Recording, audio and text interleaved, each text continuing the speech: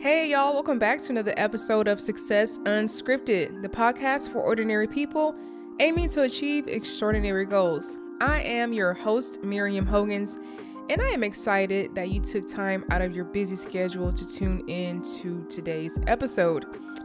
I want to know, are you happy with where you are in your life? Sit and think about that for a second. Can you do more, or are you doing too much because you're greedy? Well, I guess we'll find out, so stay tuned. As always, I hope you all have had a great day, and if not, you can start right now.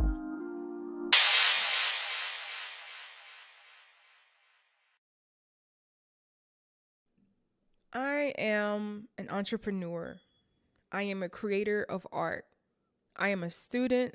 I am a follower of Christ. I am a musician. I am a coffee enthusiast. I call myself these things because I have simply earned them. I've earned those titles. I put in the work. I enjoy being or doing all of these things, okay? So on the contrary, I have never enjoyed my 8 to 5 job title.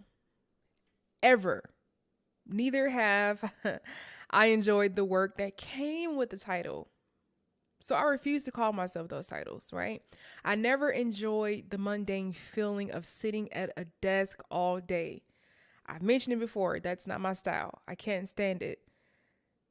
So there were times when I took a break from the workplace, and during those moments, I found that those moments were actually my most creative moments in my life because I didn't have so much noise in my head from my 8 to 5.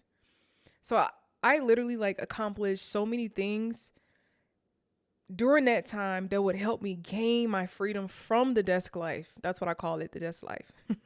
I guess it is safe to say that I am just simply not content with working an 8 to 5 at all, which is why I started my businesses and decided to pursue other ventures as well because of the desk life, which is what I am trying to avoid, right?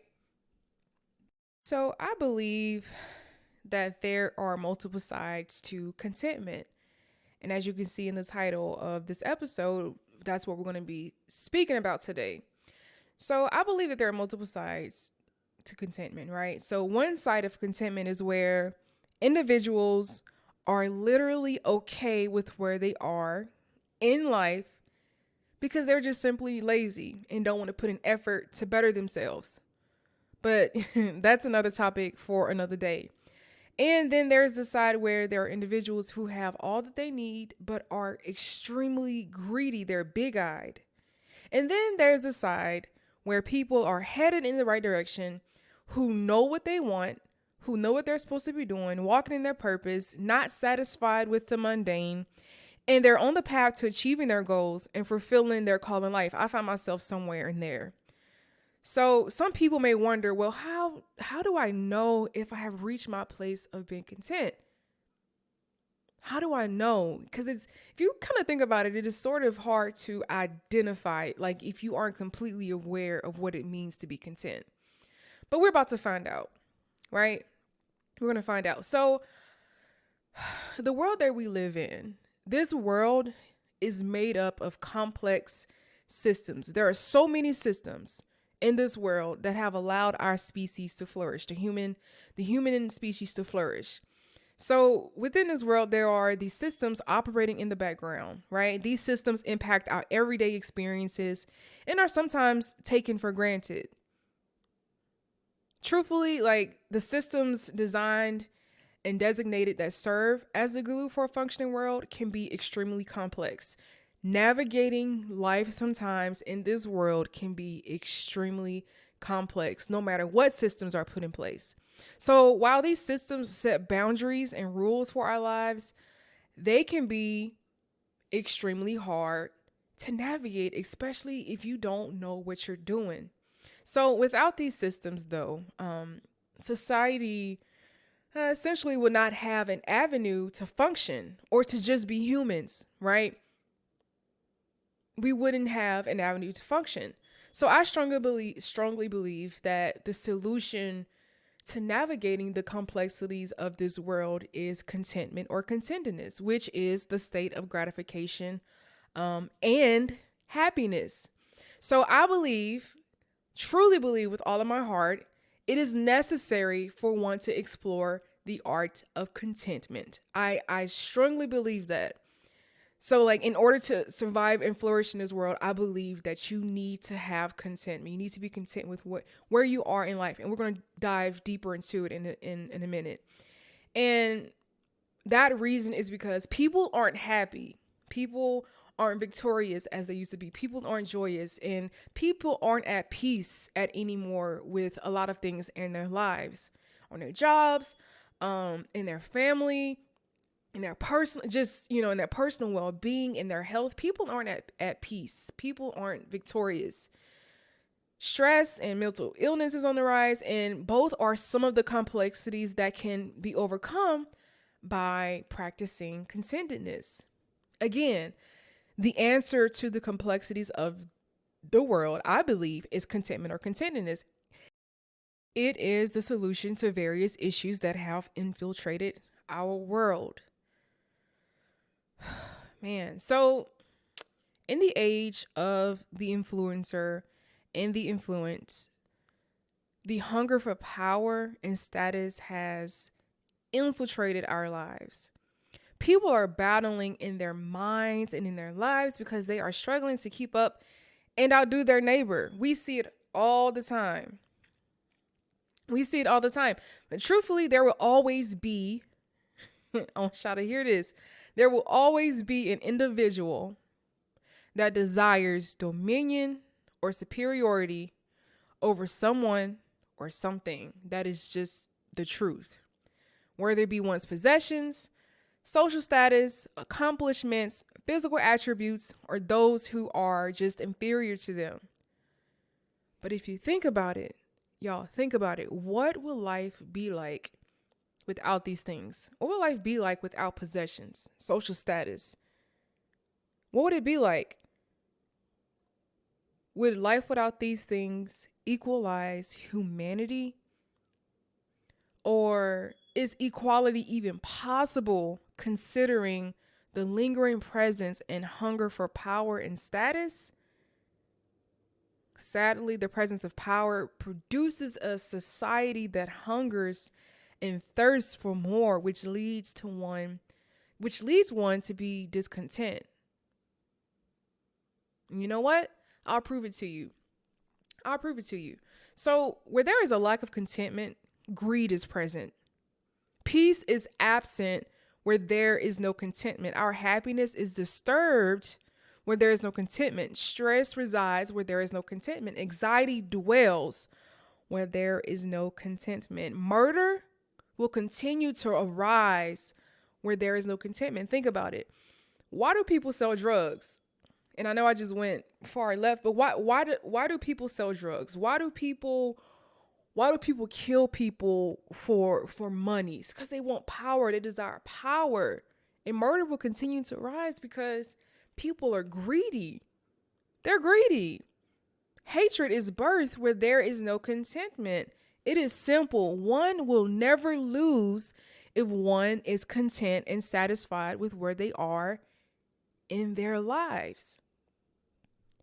Unfortunately, we can't escape the fact that possessions, status, and hunger for power and the hunger for more will continue to exist. I believe it is inevitable. But we can do something about what we feel and how we feel and how to appreciate where we are and who we are in life. And that solution is to practice and implement contentedness. So when you're content, you don't seek wants and things that you do not need, right? When you seek contentment, it would allow you to recenter your focus and explore the things that you love, not what others love, and seek meaningful things in our lives. Okay, so by practicing contentedness, peace will essentially find you because you'll be okay with where you are in life. You will experience a new freedom, and your life will be more victorious and full of abundance. Okay, so the Apostle Paul says here in Philippians 4. I'm going to read it to you guys. It's the New Living Translation. It says, New Living Translation, sorry. So it says, not that I was ever in need, for I have learned how to be content with whatever I have. I know how to live on almost nothing or with everything. I have learned the secret of living in every situation, whether it is with a full stomach or empty, with plenty or little. Man, that is so profound. I have learned the secret of living in every situation. In every situation. Wow. Sounds like contentment to me. And then there's another scripture in the book of Hebrews, and I'll read that one to you guys as well. It says, and this is the King James Version, let your conversation be without covetousness, and be content with such things as ye have. For he hath said, I will never leave thee nor forsake thee. That is Hebrews chapter 13, verse 5. So, I think about this pretty often. Although we will leave this earth with nothing, I strongly believe that God still wants us to exceed and excel at all that we put our hands to do. I believe that he wants us to outlive our lives and grow in the purpose that he has set in place for us, right? So the Apostle Paul said, I have learned to be with and be without. That is extremely powerful. And it makes me question myself, like, Miriam, what do you need in life? What do you need? Not what do you want? We usually say, what do we want? Or what do I want out of this life? But what do you need in order to be everything that you were placed on this earth to do?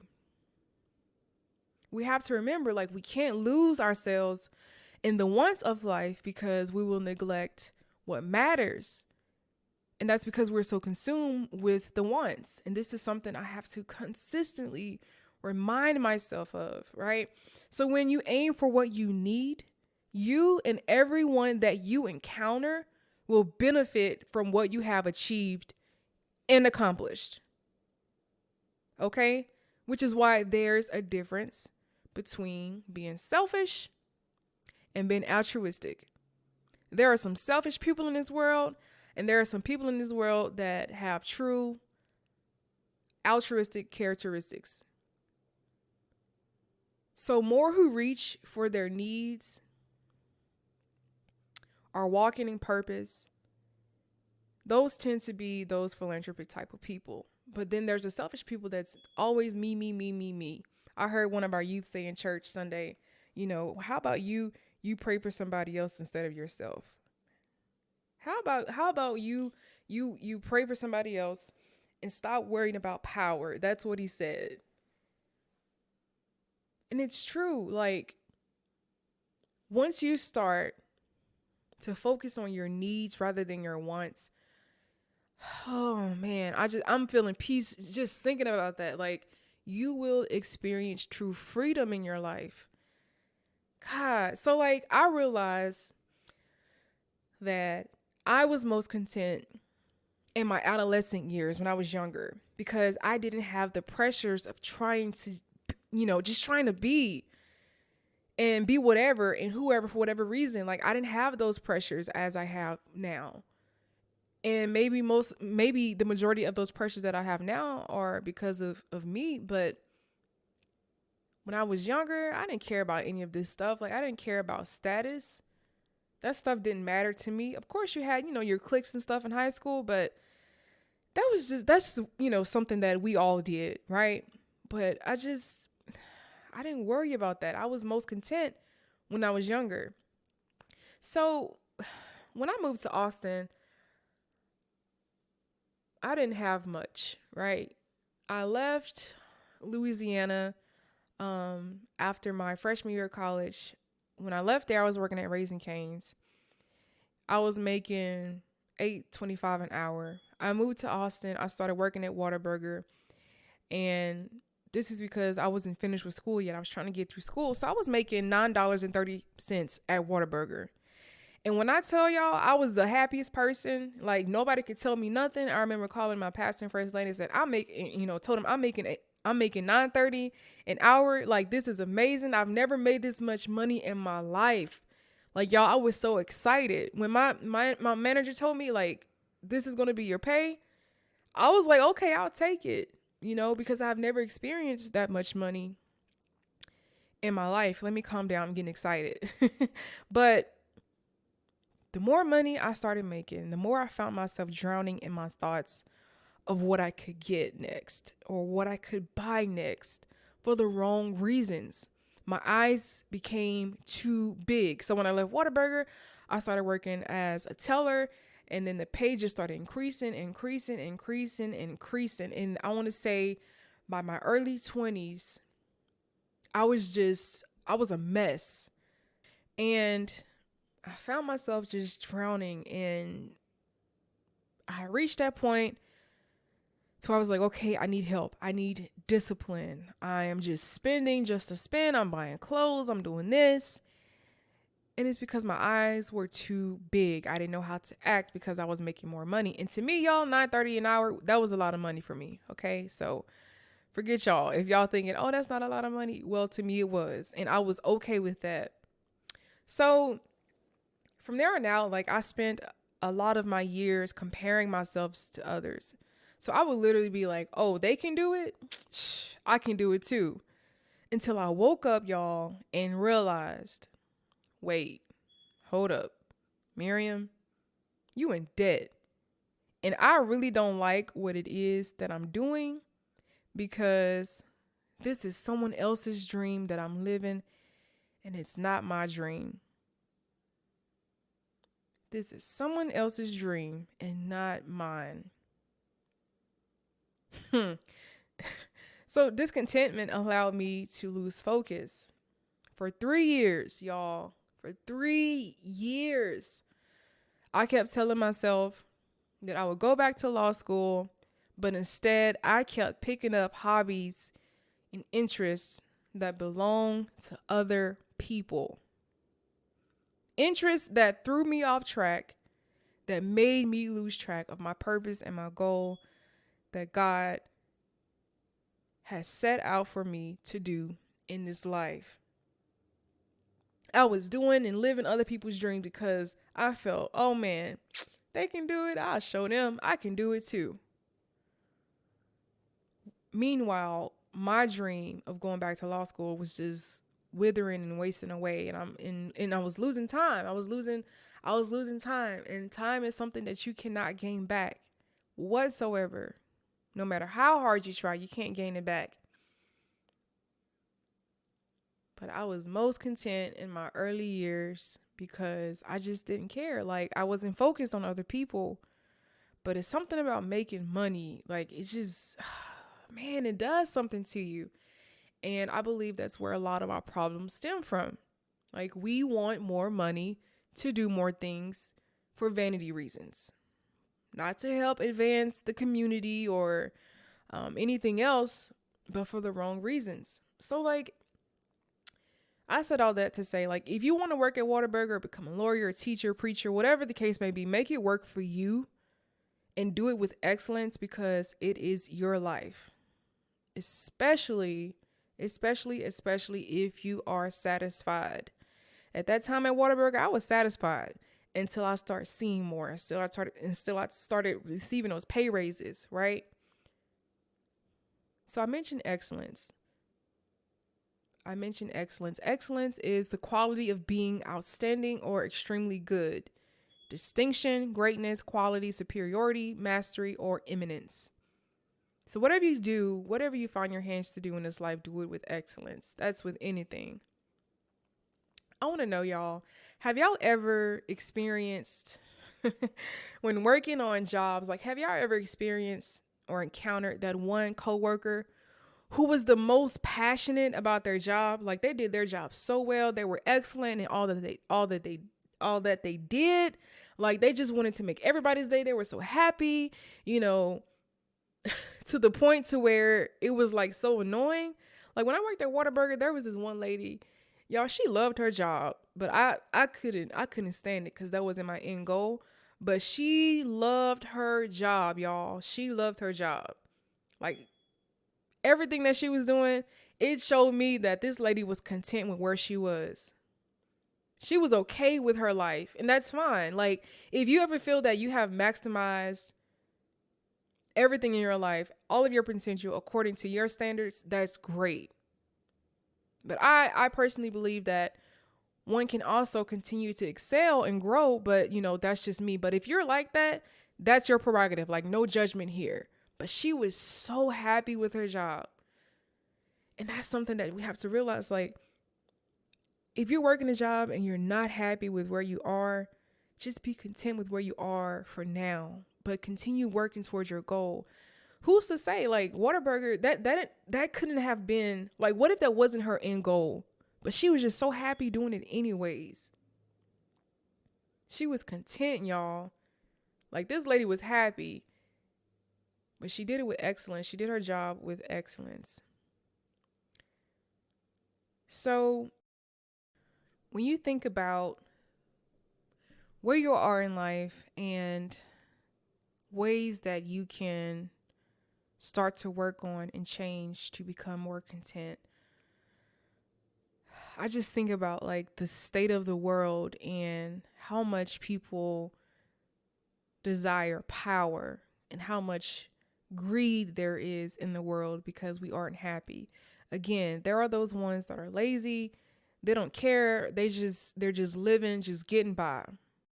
And then there are the ones who they know where they are right now and they have an end goal, right? And if you think about it, I believe that it is somewhat impossible for an entire nation to reach the place of contentment because someone or something will go without. Like, think about that. Without one's contentment, like businesses will be no more, as advertisements were made to produce habits of more. We live in a society of more, of extreme consumerism, right? So how will our nations make money if a mechanism used to produce habits of more did not exist? It makes one question, like, if happiness is even a thing if one is never satisfied. But we rather crave what comes next and strongly desire how to obtain more, right? So we hear more about practicing minimalism or meditating to help our nerves because we can't relax because of stress. But the question I pose is, would we really need to practice minimalism or mindfulness if contentment was already a thing in our lives? Not to imply that one shouldn't pray or meditate to hear from God concerning direction, but I instead imply that we create stress and other forms of negativity because we don't practice contentment. So why do we crave more things? Why do we crave more things that cause stress than those things that reverse stress, such as being kind and mindful of others? We should rather crave those things, not power or possessions or notoriety. You will never, ever lose if you are content. Because like if something was ever taken away from you, there would be no temper tantrums because it won't faze you because you're good, right? And I believe that it is possible to stop complaining once you reach that level of satisfaction. So how do we overcome the pressures of life by practicing contentment?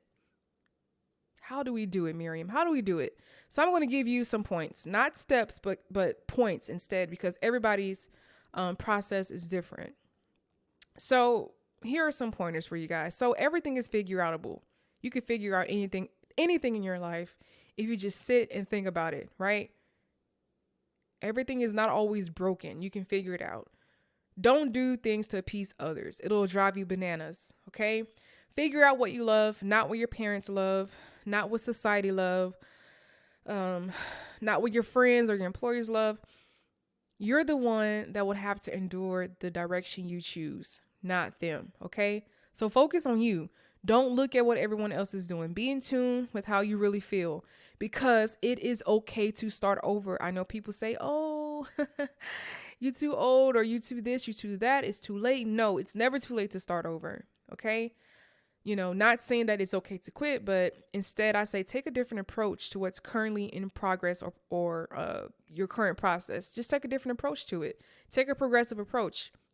Do it with excellence. If you have a goal in mind, focus on that goal. And I preach this to myself, girl, you need to stay focused. It is possible to excel in any program that you choose, anything that you choose in life, any direction, any program in school, any promotion on your job. You can excel at anything. It's up to you. Stop being envious and covetous of your neighbor. Celebrate others. Focus on you when time permits. Anything and everything that you put your hands to do, again, do it with excellence. Be who you are, not your neighbor. Don't live someone else's lives. Don't pick up other people's goals and dreams. Okay. So those are just some pointers for you guys. So the next time you go out to purchase something, or start a new adventure, a new journey, or enter a relationship, or post on social media, I want y'all to ask yourselves, am I doing this for myself or someone else? Am I doing this to get a reaction out of someone else?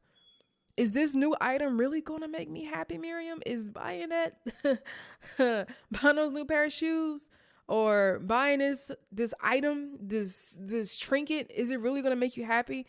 Is this post going to uplift anyone in any way, or just tear down? Think about that. Think about that from the place of being content. Okay. So what are some things in your life that you can change right now for the better? If you were to maximize your potential and give everything that you put your hands to do 100%, what kind of person would you be? If you gave everything 100%, is it possible though? Like, if you gave everything 100%, what kind of person would you be? And yes, it is possible. What kind of person would you be? I know that being content is not only about possessions or money, but I chose to talk about possessions because I see that it being an issue for a lot of people. I see possessions and money being a huge issue for a lot of people. So we can take what was learned here and what was spoken here and apply it to other areas of our lives, right? So it's not just about money, possessions, but you can apply it to any area of your life. Okay. So like sometimes I joke with my youth group at church and tell them that they're going to wake up one day and I'm going to be gone, like free of possessions, everything, all of it, living far away off the grid in somebody's jungle with nature. I joke like that because I feel free when I think of not worrying about status or things or money or work.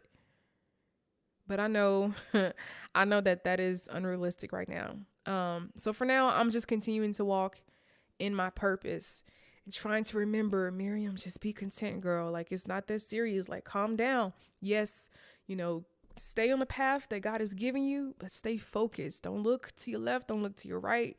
Keep your head focused.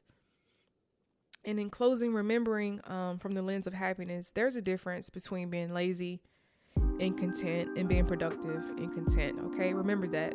In other words, if your life is in a low state and you're experiencing lack and are struggling, change your life until you experience it no more. All right. Some of us have gifts and callings that need to be birthed out, but we're too afraid. I'm not talking about those people. Those people need to get up and do something in order to reach that place of satisfaction. But for the people who have already reached that place of satisfaction, you know what you need to do. Some of you may ask, well, what if I already have, but I want more? What if I already have, but I want more? The truth is, you know when to stop. We know how to stop ourselves. Get you some discipline. You know when you're being greedy, right? And this is how I know when I'm being greedy.